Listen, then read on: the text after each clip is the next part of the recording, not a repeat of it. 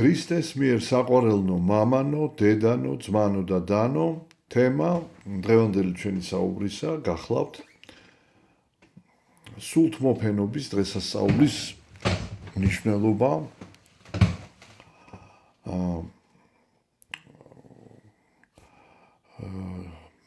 50 დღეს აღდგომიდან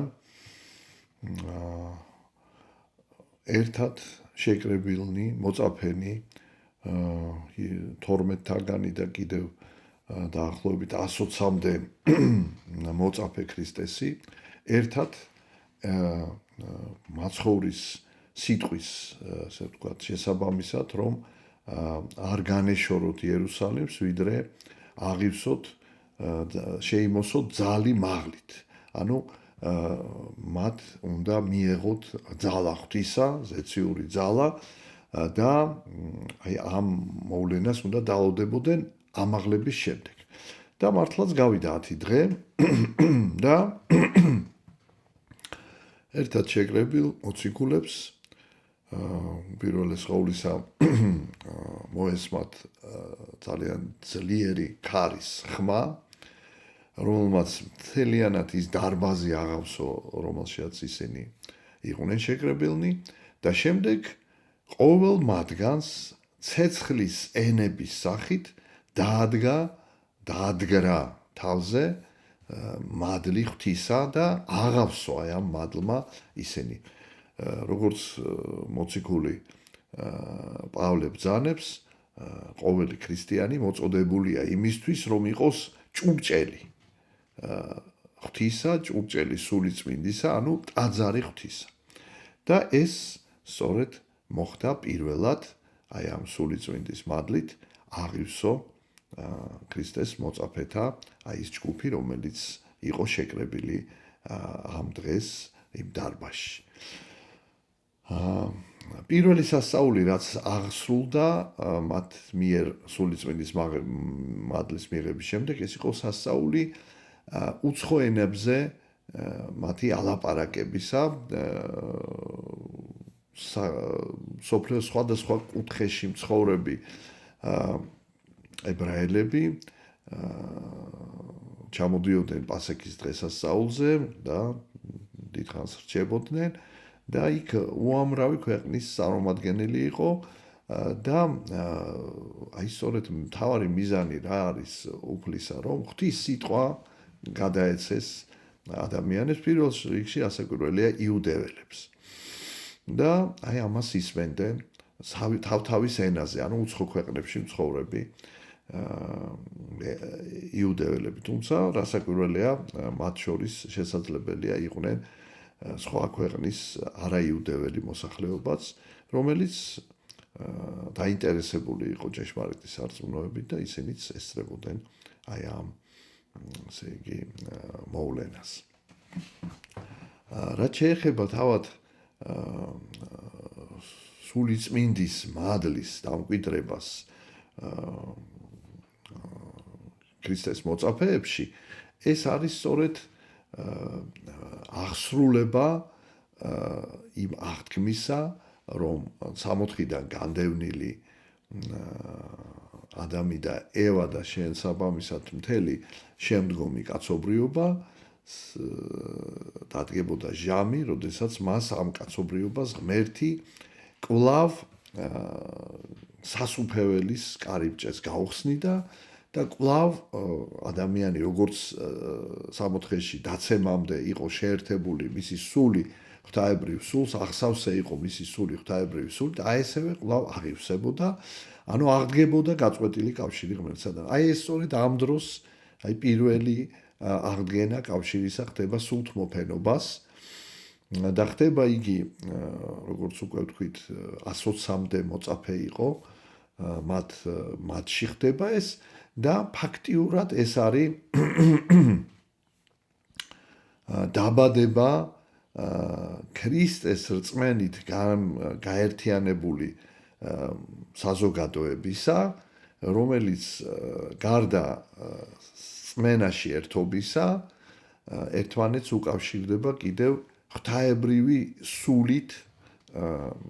სულით აღსებით უკავშირდება ერთმანეთს, ანუ ერთიანობა მათი არის კიდევ დაფუძნებული იმაზე, რომ ყოველი მათგანი აღივსება ღვთაებრივი სულით და აი ამ სულთან შეერთებით ისინი უერთდებიან საკვირველია ღმერთს და ღმერთთან შეერთებით ისინი კიდევ სულიერათაც უკვე ერთი ორგანიზმის ერთი სხეულის ნაწილები ხდებიან. მოციქული პავლე ბრძანებს, რომ ეკლესია არის სხეული ქრისტესი, ხოლო ქრისტე ეს არის სწორედ ქრისტეს პიროვნებაში ხდება ღვთაებრივი და ადამიანური ბუნების შეერთება და ყოველი პიროვნება, რომელიც ამ ეკლესიის წევრი ხდება, ანუ ღვთაებრივი ორგანიზმის წევრი ხდება, სწორედ აი ეს არის მთავარი, რომ მისი სული, ადამიანური სული უერთდება ღვთაებრივ სულს და იგი ხდება ფაქტიურად ჭურჭელი სულისაწმინდისა ტაძარი ღვთისა. აი ეს მოხდა, ეს არის ეკლესიის დაბადების დღე, ეს არის ეკლესიის დაფუძნების დღე და რასაკვირველია ეს დაეფუძნა რწმენას. აი ამასთან დაკავშირებით იესო ქრისტესადმი რწმენას.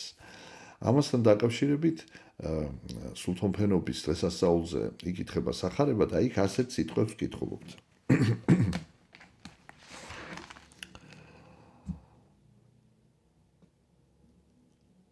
და დასასრულსა მას დიდი სამის დღესასწაულისასა დადგა იესო ღაღატყო და თქვა: უკე თუ ვისმეს წყუროდეს, მოვედინ ჩემდა და სვემდინ. და რომელსა რწმენეს ჩემი, ვითარცა თქვა წიგნმა, მდინარენი მუცლისა მისისაგან დიოდიან წყლისა ცხოველისანი. ესე თქვა სულის ამისთვის, რომელი მიღებად იყო მორწმუნეთა მათ მისა მიმართ.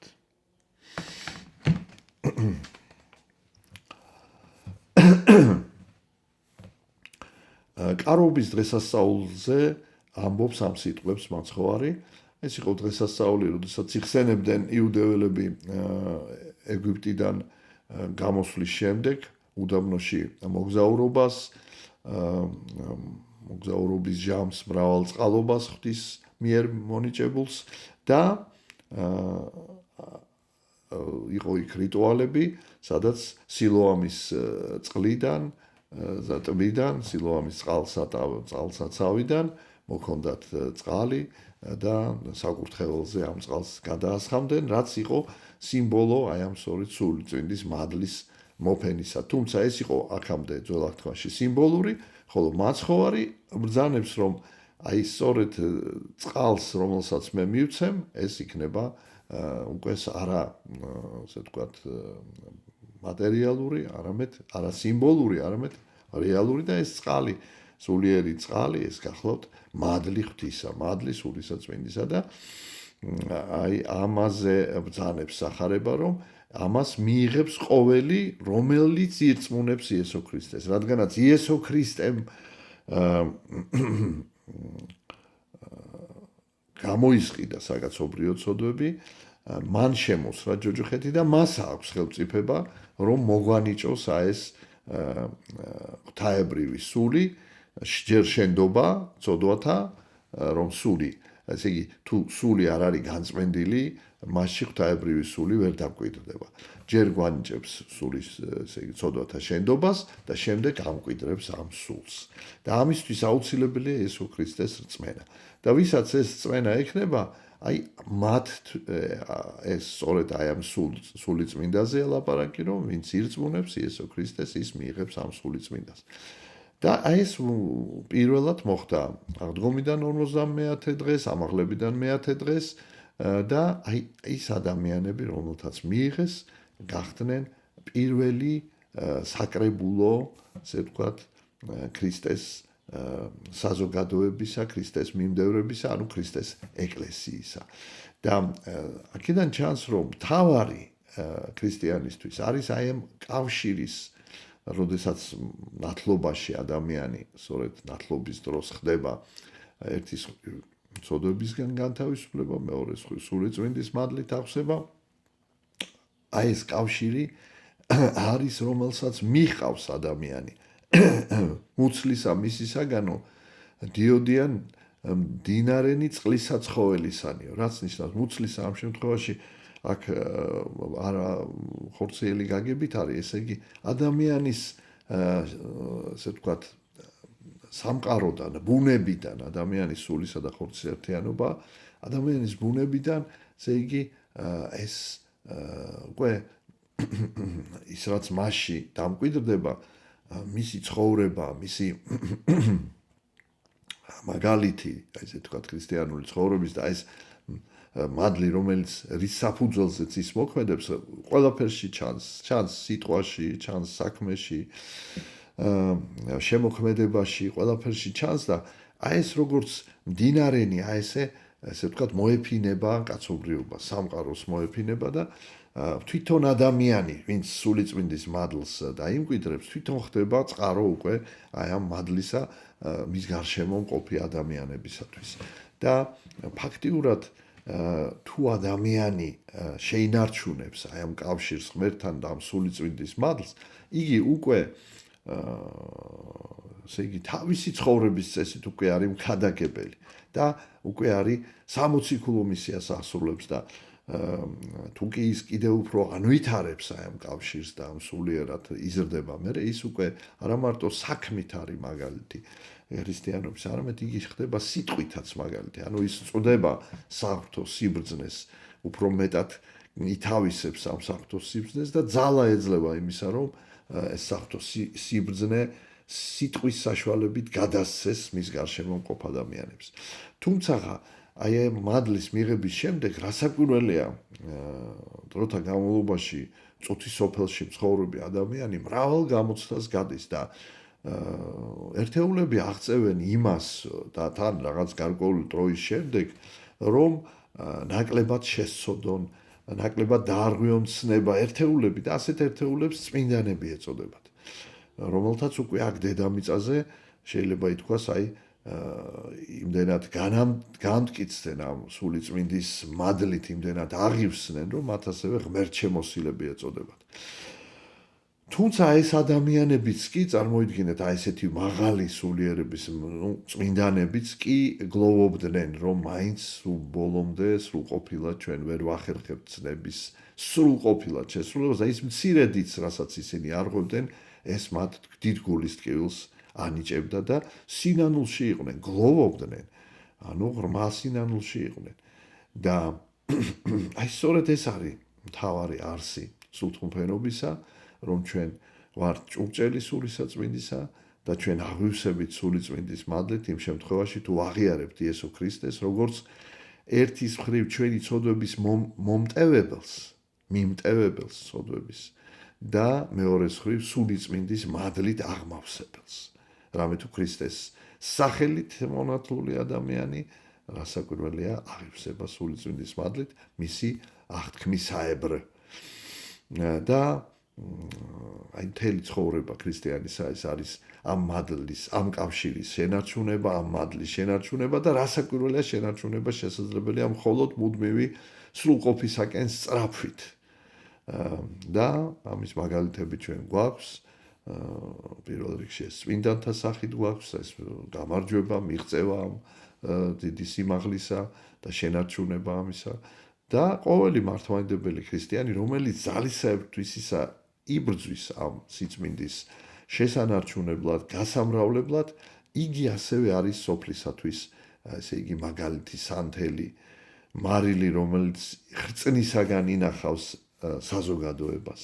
აი ეს არის სულთმფენობა, ეს არის დასაწყისი, ესე იგი გაწყვეტილი კავშირის აღდგენისა, ღმერთთან გაწყვეტილი კავშირის აღდგენისა,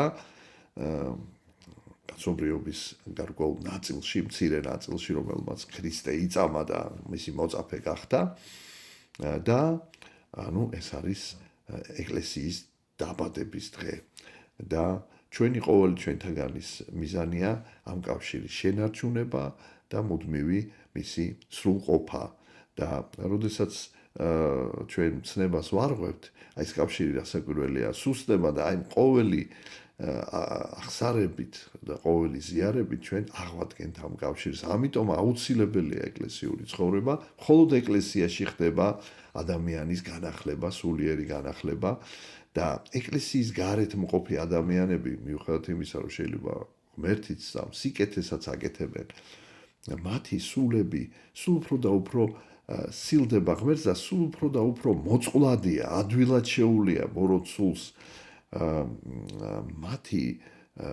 მათ აზროვნებაში, რომ ცდომილება შეიტანოს, მათ სათნოებებში, რომ ასე ვთქვათ, ცდუნება ადვილად მოახვიოს თავზე. აი მაგალითად გავიხსენოთ, პეტრე ეუბნება მაცხოვარს, რომ შე რომ ყველა მიგატოვოს, მე არ მიგატოვებ და პეტრე, ესე იგი, სამჯერ უარყოფს მაცხოვარს. ანუ უღალატებს მაცხოვარს. რატო?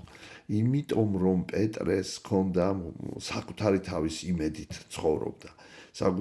ჯერ არ ჰქონდა მას ეს სიმდაბლე და ბუნებრივია, მით უმეტეს საიდუმლოებებში იგი ჯერ არ მონაწილეობდა, ჯერ სული წმინდის მადლი მიღებული არ ჰქონდა.